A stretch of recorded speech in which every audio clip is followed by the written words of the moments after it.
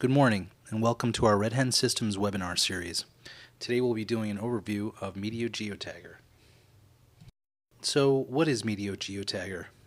MediaGeotagger is a software application that allows you to process digital media collected from an array of devices such as cameras, video recorders, and audio recorders, all collected in conjunction with a GPS unit.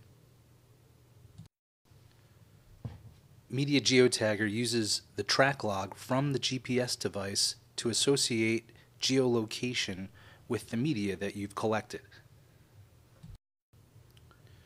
What's great about the product is that you can use commercial off-the-shelf cameras to collect your media. For example, Nikon's, GoPro's, Sony Action Cams, any Android device. Nowadays cameras have an internal GPS. Some work well. Others you may want to use a separate GPS device for better accuracy. This is a visual of our workflow. You can see that we take our camera with our media, pictures and video and whatnot, and our GPS unit, which has our track log, and we run it through MediaGeotagger software, and we get an XML sidecar as the output. In step 2, we take that media and the associated XML and we run it through our viewer as a check to see if our location is in the correct spot. Israel uses Google Earth as a background where you can simultaneously look at video and view your breadcrumb trail at the same time. Right now I'd like to show you a tutorial of importing video into MediaGeotagger. After the tutorial, I'd like to do a live demo of importing and geotagging pictures into MediaGeotagger. Greetings, thank you for joining and watching this Red Hen Systems demonstration and overview of MediaGeotagger. MediaGeotagger is a post-processing software tool that will automatically geotag your media, whether they are digital photos, videos, and/or audio clips. The geotagging process requires that GPS data was collected at the same time the media was obtained. At a minimum, your GPS log point data will need latitude, longitude, and UTC. Without this information, you will not be able to geotag your media. To access the MediaGeotagger manual, which has more detailed information, select the link in the bottom left of the main form. Then select the MediaGeotagger user guide link. A PDF of the user guide will now open. Since this is our first time using MediaGeotagger, we will create a new project. Your project consists of a media collection containing both media and GPS logs. To help with keeping our content organized, we will need to provide some general information regarding our captured media and where to store our final geotagged media. I will go with the default information provided. I will now provide MediaGeotagger with the track log of our patrol. MediaGeotagger will accept either GPX, NMEA, or the Red Hen System standard XML file type. If a Garmin GPS logger is used, I can connect the device to my PC, select to not enter mass storage mode on the Garmin's prompt, and transfer the track log to MediaGeotagger with the first available option. Please install the necessary Garmin drivers before you start MediaGeotagger if you decide to use the GPS receiver option. The second option of scanning a folder for a GPS log is useful if multiple track logs were generated. I have only one track log. I will select the third option. Please note that it is best to have your GPS track log encompass a larger time frame than your media. This will maximize the amount of media you will be able to geotag. For example, if a video I want to geotag is 30 seconds long, but my track is only 25 seconds long, I will not be able to geotag the video. Always have enough of a buffer to allow MediaGeotagger to work with your media. A 30-second long video should have an accompanying GPS track log longer than 30 seconds. This is our first time using MediaGeotagger, so we won't have any existing devices to select from. Let's add some devices. The camera I used was a GoPro Hero 3. It can capture photos and video. We are asked if this camera uses start time. I'm going to leave this as I don't know. Now, not all video recorders represent a video file's creation time the same way. When a file is created, it is typically designated with a creation date and time by the camera's internal clock. Now, video files span across a length of time. Does the creation date and time represent the beginning of the recording or the end of the recording? Not all manufacturers are the same way in how they represent their video files creation time. These next steps will help MediaGeotagger find the answer. We will record a 20-second long video, stop the recording for 5 seconds, and then record a 5-second long video. Follow along with the prompts. I have already created these video files and will be selecting skip. I will now browse for the original 20-second and 5-second long videos I created.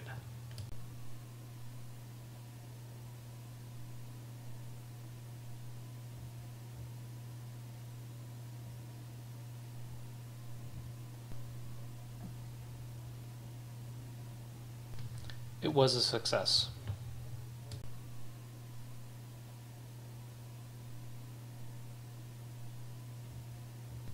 Here's a graph to illustrate what occurred.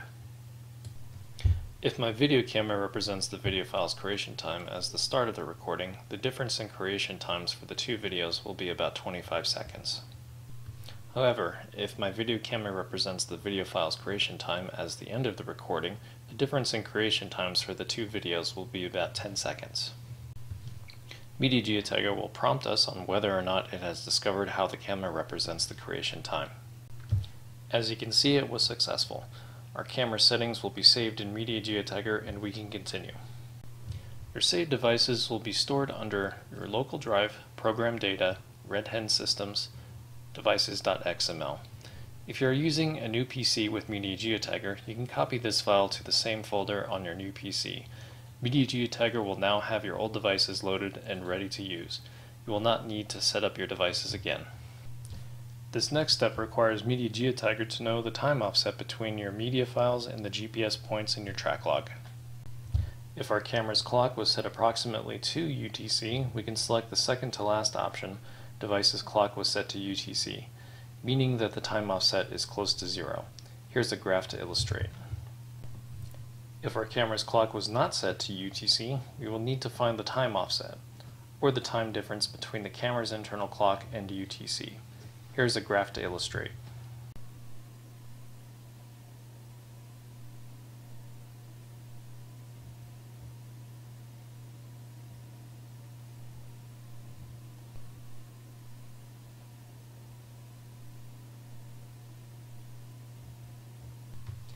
If we already have media which describes the current UTC, we can select calibration media was already captured by the device. Or we can capture some media with our device so that we will have the UTC by selecting the option Capture Image of an Accurate Clock Display in UTC Time, or selecting the option Use Local Network or Internet Time Server, or selecting the option Use a Connected GPS Unit. The captured media can either be a photo, video, or audio recording with the UTC visible or mentioned in it. If we don't have the recording device but can estimate the location of our media on a map using visible landmarks in the media and the GPS track, we can select the last option, manually set a media point on the GPS track. If MediaGeotagger can't find a GPS point in the earlier provided track log using the calculated time offset, your media will not be geotagged. Here's a graph to illustrate. My media already has a view of the UTC. I will select Calibration Media was already captured by the device.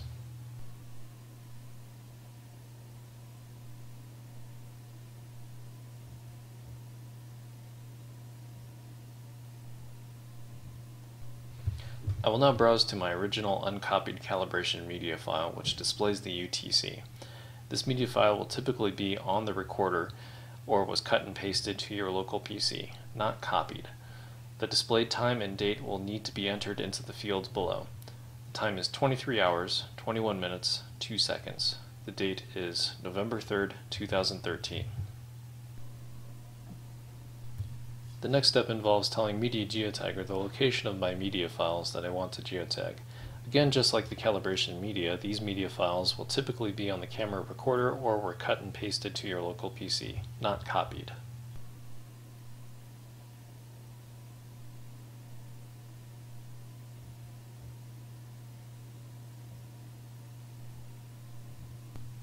To save time, I will uncheck the option Copy Original Media.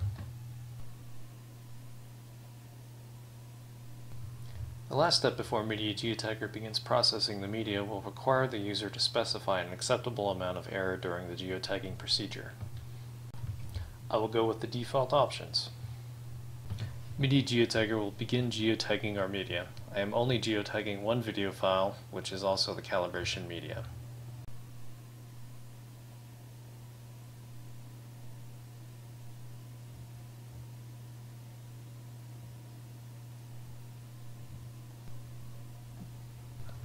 After processing the media, MediaGeotagger will provide a summary of its work. It will provide a tally of media files that were geotagged and media files that were not geotagged.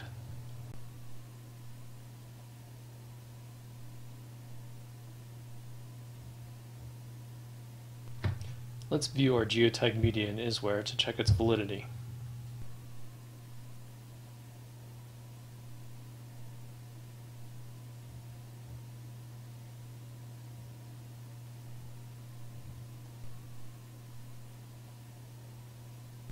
If you recall, when we set up our project, our MediaGeotagger folder location was set to here.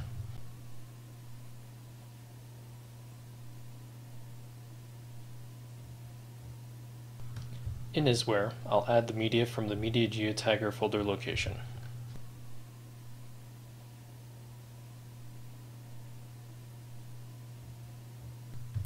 When I start playing the video, you can see a cursor appear on our track.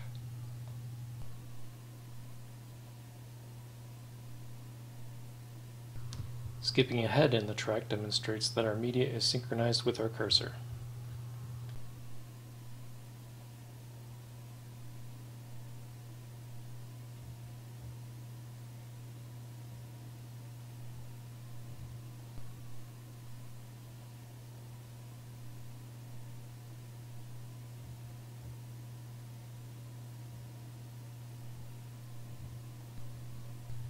If you have further questions regarding MediaGeotagger, a user guide is available on the main Red Hen Systems website at www.redhensystems.com. Move your mouse over Support and select Manuals. The MediaGeotagger manual will be available under the category Software. And this concludes our Red Hen Systems overview of MediaGeotagger. Again, thank you for watching and choosing Red Hen Systems.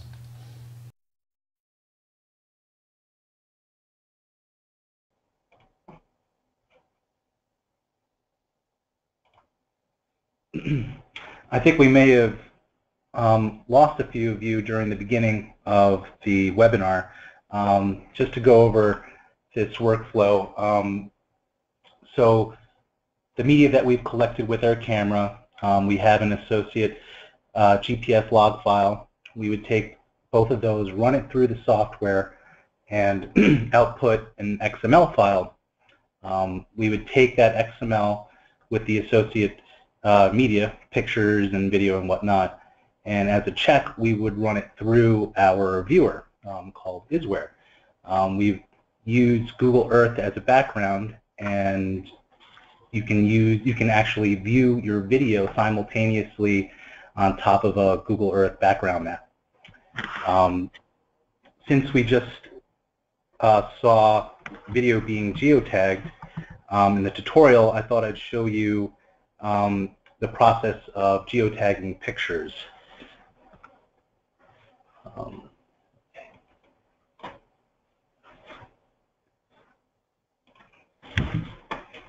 So I'm going to fire up MediaGeotagger. We took some pictures yesterday, so I'm going to create a new project. And after filling out your information above, you're going to want to browse to where your media is. And I'm going to hit Next. So with my media, I have my pictures and I have my GPS track as well. So I'm going to use a specific GPS log file. And I took my pictures with an icon, and I had set this up earlier, so I have this already in MediaGeotagger, and I don't need to go through the setup again. And I'm going to hit Next. I also took a calibration pic before we did the data collection. So I'm going to choose calibration media was already captured by this device. So you can see here's our calibration pic. And it's always a good idea to start your logger before your video or pictures. It'll just make your workflow way easier. If you can't see that, I'm going to fill this in.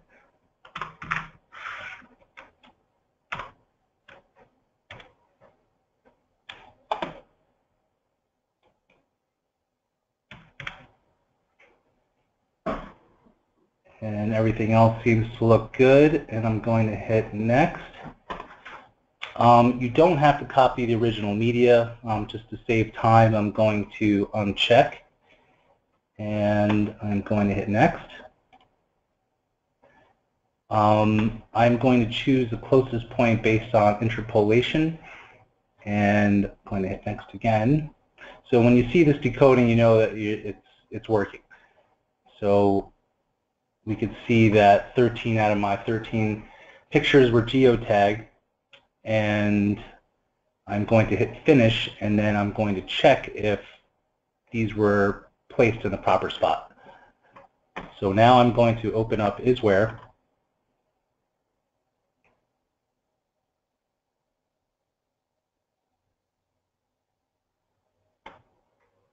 And as Isware opens, I'm going to add the pics that we just geotagged. So here are my pictures.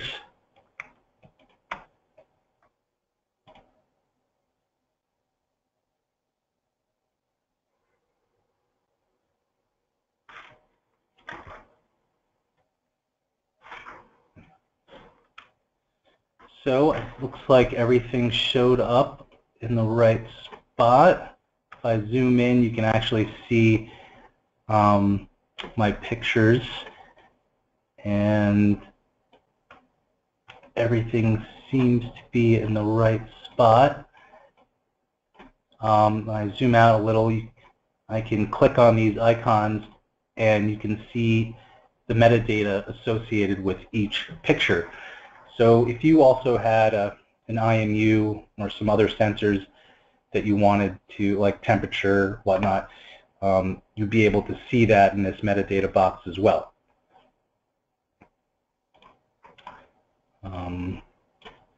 So that's how we know everything checks out.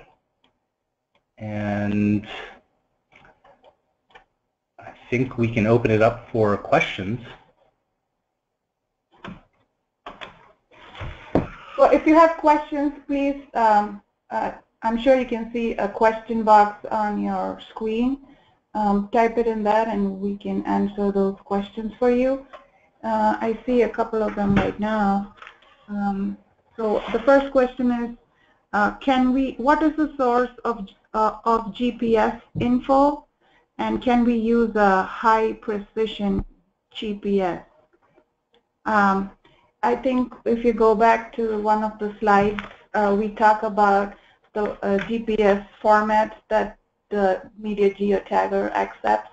And if you have a GPS logger with a GPX or an EMEA format, the MediaGeotagger can work just fine. And yes, we do work with high precision GPS, so Garmin, Trimble, we've worked with those as well. The next question here.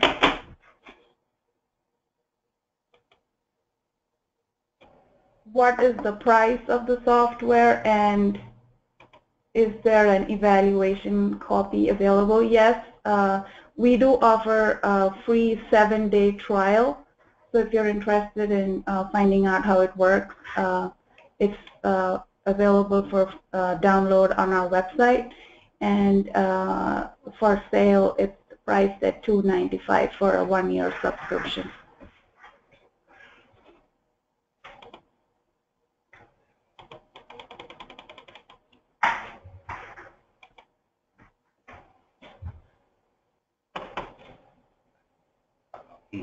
Oh, if you need to see this tutorial as well, or the manual for MediaGeotagger, just go to our site.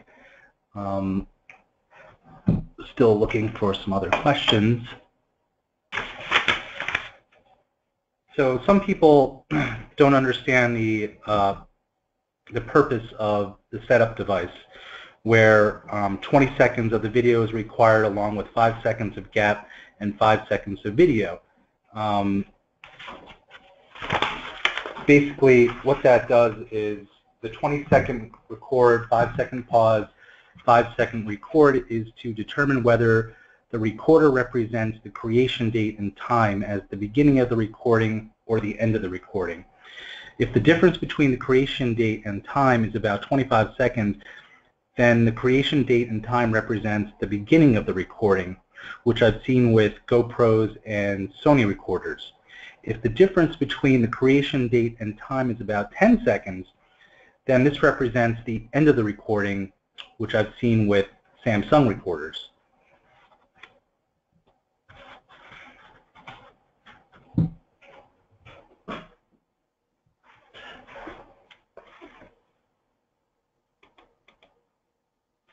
We have another question. What is the latest version number?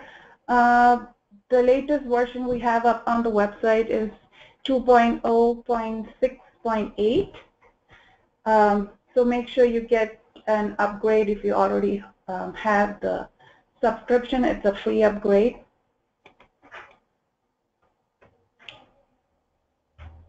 Laser rangefinder. Oh, laser rangefinder. Well, if it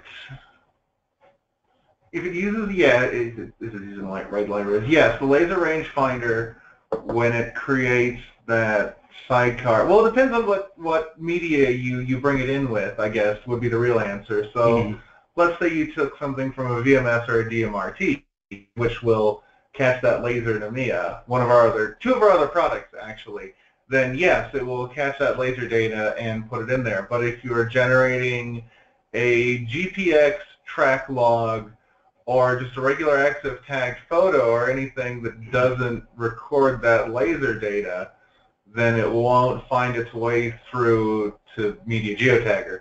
So if the laser data is in some recorded format, when you feed it into MediaGeotagger, then yes, we will be able to pick up and display that laser data.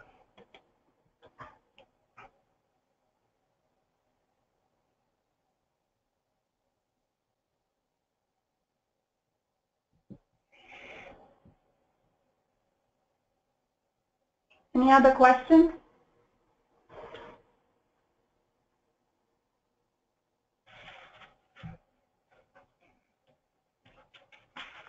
I know Zach mentioned the DMRT kit briefly, and we do have a webinar coming up, I believe, in a month or so. Please check our webinar schedule that's posted on our website.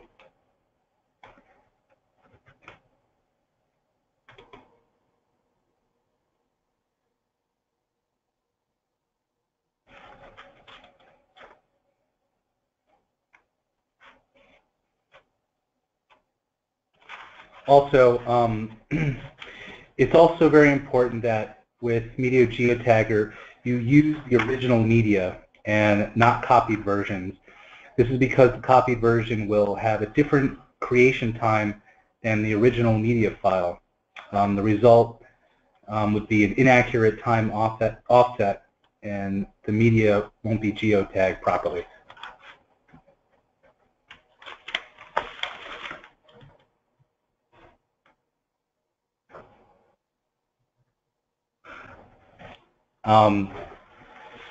Sometimes with clients, what I see a lot is when something fails on the user end, it's always important to, when you start your log and you're trying to collect media, to start your GPS logger first.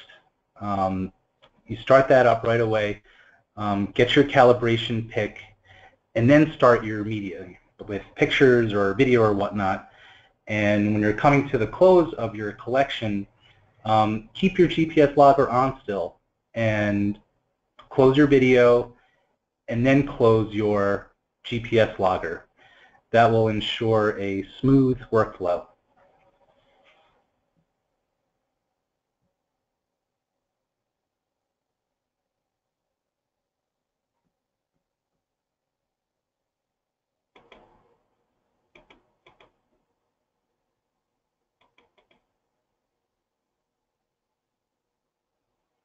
So as I previously mentioned, the DMRT webinar will be on July 12th.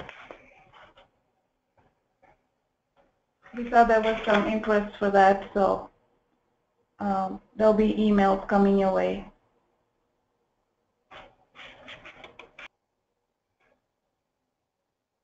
Well, if there aren't any questions, I think that will wrap this up. You can always call us here at the office or email us. If you have any additional questions, we can answer those. Yep. Stay tuned for our next webinar. It's going to be on the GEM to MISB software, and that's 2 weeks from now, so June 28th. All right. Thank you, everyone, and have a good day.